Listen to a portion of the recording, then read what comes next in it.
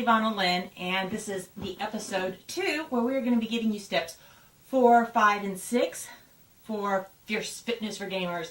And I'm going to be working a lot with the internal parts of what may be defeating you from achieving your goals. And if you have not listened to episode 1, then you are going to want to stop this video and click on the link that goes up to episode 1, because it gives you steps 1, 2, and 3. And those are going to be incredibly important for you because they are the foundational cornerstone pieces to you getting and keeping your goals.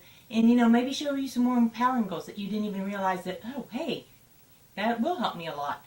Because we want to get you to where it's not just something that you're going to try for a few weeks and then give up on. We want to get you healthy, okay? So if you haven't seen the first video, or if you haven't integrated them into your body and into your mind and into your daily life, go ahead and stop this video, go back to the first episode, and then come here, okay? All right, thanks. So if you do have the infrastructure of not being hard on yourself, for me that took literally most of my life. Since then I've found much quicker ways to getting to that point, which is part of what we're sharing here. But if you haven't gotten that down, go ahead and realize that it may not be an overnight thing. Don't be too hard on yourself, but at least you're taking the right steps. You're saying the right things to yourself and getting your mind and everything else in alignment with that. So that's fine. Have you ever been too far in a game just to leave it because you couldn't get past a certain point? Sometimes it isn't even a boss battle, but it feels like it. Sometimes you are in Act 3 of 5 and you've invested way too much of your time and your emotions and everything that it takes to get to Act 3. But regardless of how much you want to rage quit, you just won't, because you've got to beat this thing, right? Well, even if you do rage quit, you're going to come right back because you have to get past this frustrating obstacle, right? We've all been there. So that's part of what this getting a good self-image is about. Why is it important to get a good self-image before you start to lose weight? Why is it so important? Because it helps you to make more empowering decisions. You will feel great because you are taking control. You're taking back the control that you didn't even know that you lost. You may not have realized it, but whether you're just a victim of advertising or upbringing or social pressures, most likely you found yourself in a place of making bad associations that drove your decisions. You learned to associate eating too much food and bad snacking with good feelings. We've all done it. We've been there, right? It's partying with your friends. But that was a mistake. That association, that mistake and idea have taken away from your health. So in the same way you would not even think of going into a boss battle with, a quarter health and worn out weapons that don't work and any of those things that would happen to you in real life as you're trying to approach this getting healthy and being at a good weight, don't do something that's going to put you in that situation, which is those bad associations that you've made all along the way. That connection in your mind has led you to believe that you are not valuable. You don't believe me? You've been there. Whether it's a pro tournament or the last act of an RPG, you've tried your hardest and somehow you've landed in the loser's bracket or getting burned by the dragon. You're burned to the ground so many times that you begin to think you suck. It's just not good for your self-image. So making poor decisions repeatedly becomes a habit, and those habits form a self-opinion. You know what I'm saying? So we want to get you taken into a direction that's positive, so you're not feeling rotten about yourself.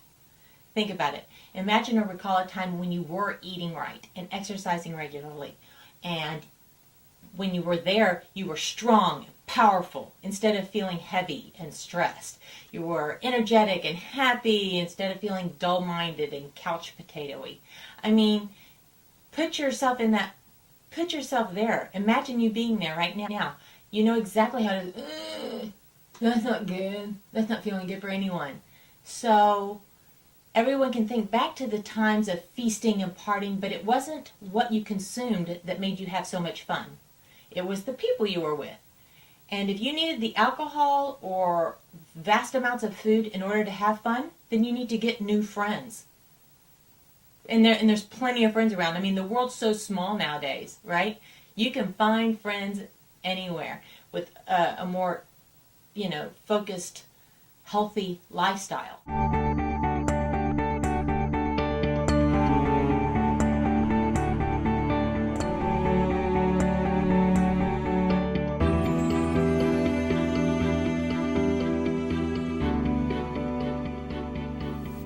Regardless of the genre of game you play, have you ever found yourself hitting your head against the wall, in the game by continually failing at a task?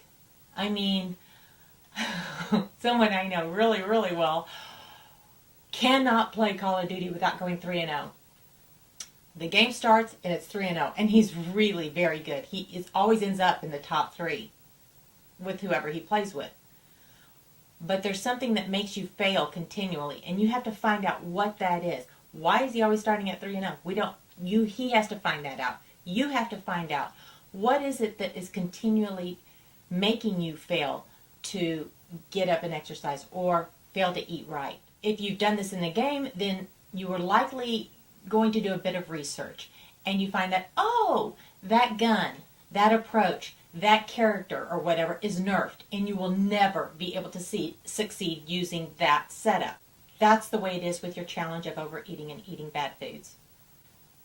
You may just say to yourself, it's just laziness. But more often than not, there is something more to the story or a root reason for the laziness. I mean, you may be lazy, but why? Why are you lazy?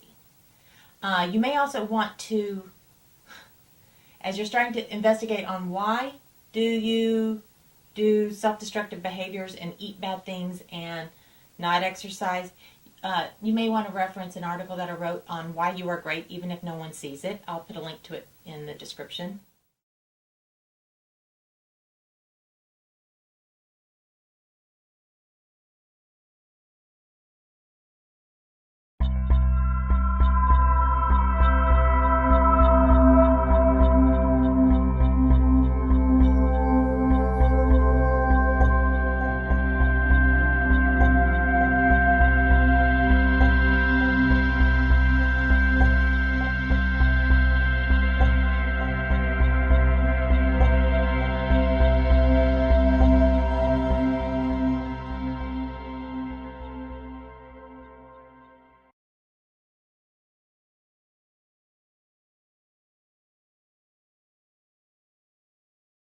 What are you really gaining from it in the short term?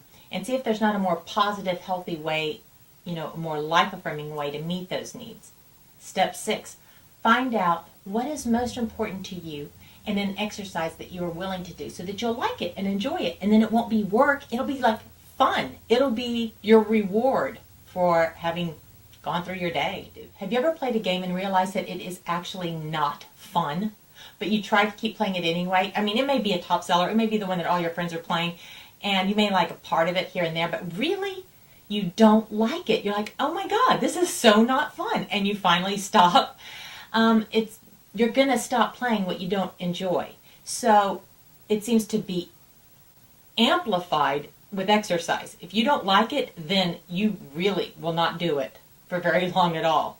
So you need to find something that you enjoy. How do you find something you enjoy if you haven't done it yet? Well, sometimes it just takes trial and error. It took me years and years to find cycling. I love cycling. And because I had done dance all my life and did road racing later on, my knees have not been the best, and my back has some issues and things like that. So my knees are shot. It doesn't matter. I could just jog from here to like the end of the block, and my knees would be going, oh my God, stop. So I needed to find something that would not hurt my knees horrifically, and I did not also want to have, you know how I run. I do a lot of stuff all the time. I didn't want to take the time to go to a pool and come back, and that's very time consuming. Pools are good, and if you have one or you have enough time to do one, awesome.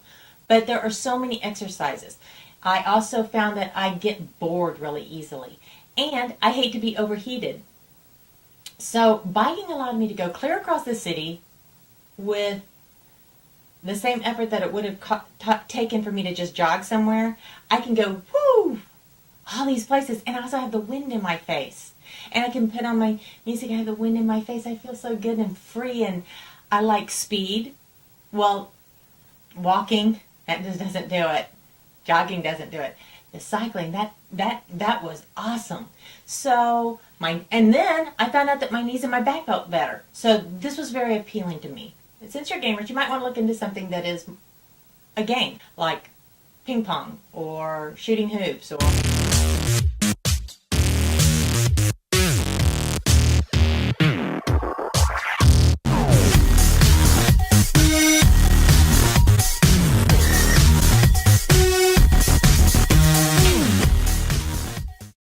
Do something fun.